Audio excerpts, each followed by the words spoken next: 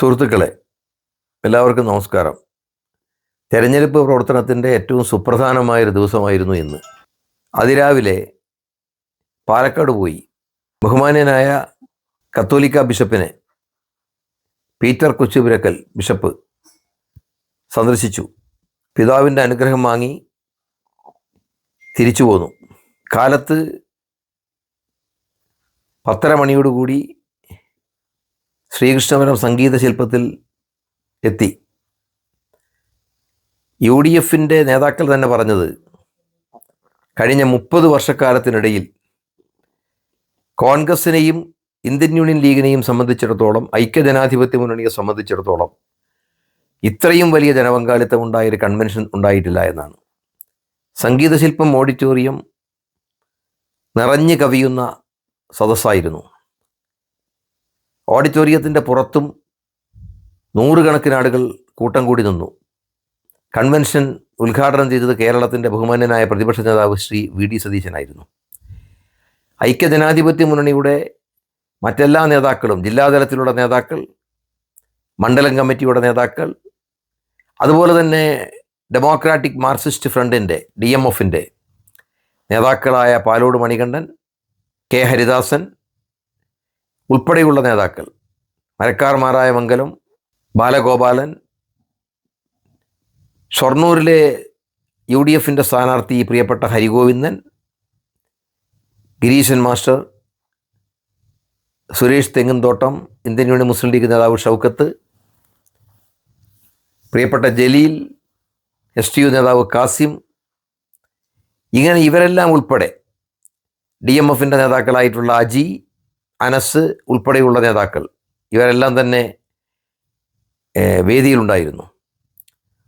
നൂറുകണക്കിന് സ്ത്രീകൾ ഉൾപ്പെടെ ആയിരക്കണക്കിന് വരുന്ന മനുഷ്യർ പങ്കെടുത്തിട്ടുള്ള ഈ കൺവെൻഷൻ ഒരു മഹാസംഭവം തന്നെയായിരുന്നു. പ്രതിപക്ഷ നേതാവിൻ്റെ പ്രസംഗം വർത്തമാനകാല കേരള രാഷ്ട്രീയത്തെ അതിസൂക്ഷ്മമായി വിലയിരുത്തുന്ന രൂപത്തിലുള്ള കാര്യങ്ങളായിരുന്നു.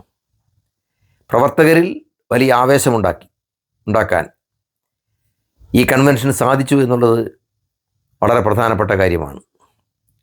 കൺവെൻഷൻ പിരിച്ചുവിട്ടതിന് ശേഷം നടന്ന നേതൃയോഗം ഏറെ ഫലപ്രദമായിരുന്നു. തുടർന്ന് ഏതാണ്ട് 12:45 കരിമ്പുഴയിലെ ശിവക്ഷേത്രത്തിൽ, വളരെ പ്രസിദ്ധമായ അതിപുരാതനമായ ശിവക്ഷേത്രത്തിലെ അന്നദാന പരിപാടിയിൽ പങ്കെടുത്തു. അവിടെ നിന്ന് ഭക്ഷണം കഴിച്ചു. തിരിച്ച് വീണ്ടും ശ്രീകൃഷ്ണപുരത്തെത്തി പ്രധാനപ്പെട്ട പ്രവർത്തകരുമായി നടന്ന പ്രവർത്തനങ്ങളെപ്പറ്റി ഒരു പരിശോധന നടത്തി. ഏതാണ്ട് അതിനുശേഷം ആറ്റാശ്ശേരിയിൽ ഒരു പ്രിയപ്പെട്ട സുഹൃത്തിൻ്റെ പിതാവിൻ്റെ മരണം, ആ വിവരമറിഞ്ഞപ്പോൾ അവിടെ പോയി. ശ്രീകൃഷ്ണപുരം ഖാദി കേന്ദ്രം സന്ദർശിച്ചു. കടമ്പൂരിലെ ഖാദി കേന്ദ്രം സന്ദർശിച്ചു. തൊഴിലാളികളുമായി സംവദിച്ചു. ഖാദി തൊഴിലാളികൾ ഏറ്റവും വലിയ ജീവിത പ്രയാസത്തെ നേരിട്ട് വരുന്ന തൊഴിലാളികളാണ്. ജീവിക്കാൻ ആവശ്യമായ വേതനം അവർക്ക് കിട്ടുന്നില്ല. കിട്ടുന്ന വേതനമാകട്ടെ കൃത്യതയോടുകൂടി ലഭിക്കുന്നില്ല എന്ന ആക്ഷേപം ഉയർന്നു വന്നു. കടമ്പൂരിൽ സ്കൂളിൽ പോയി.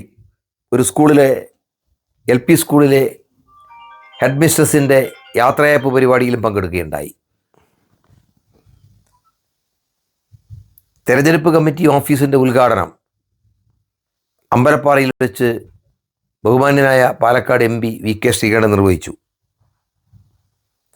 വൈകുന്നേരത്തോടുകൂടി ഒറ്റപ്പാലത്തെത്തി. അവിടെ നിന്ന് ലക്കിടിയിലേക്ക് പോയി. വളരെ പ്രധാനപ്പെട്ട ഒരു യോഗത്തിൽ പങ്കെടുത്ത് തിരിച്ച് ലക്കിടിയെ തന്നെ പോളി ഗാർഡനിൽ ഭിന്നശേഷിക്കാരായ, ഡിഫറൻ്റ്ലി ഏബിൾഡായ കുട്ടികൾ ഉൾപ്പെടെയുള്ള ആളുകൾ താമസിക്കുന്ന പോളി ഗാർഡനിൽ അവിടെ എത്തി. അവരെയെല്ലാം കണ്ടു. ജീവനക്കാരെയും അവിടെയുള്ള അന്തേവാസികളെയും കണ്ടു. വല്ലാത്ത ഹൃദയവേദനയുണ്ടാക്കുന്ന ഒരു കാഴ്ചയാണ് അവിടെ കാണാൻ സാധിച്ചത്. തീർച്ചയായും അവരെ കൂടുതൽ സഹായിക്കേണ്ടതുണ്ട് എന്നെനിക്ക് ബോധ്യപ്പെട്ടു. അവിടെ നിന്ന് വളരെ വേഗത്തിൽ രാത്രി 8:30 മണിയോടുകൂടിയാണ് കൂട്ടിലക്കടവിൽ, കരിമ്പുഴ പഞ്ചായത്തിലെ കൂട്ടിലക്കടവിൽ നടന്ന തെരഞ്ഞെടുപ്പ് കൺവെൻഷനിൽ പങ്കെടുത്തത്.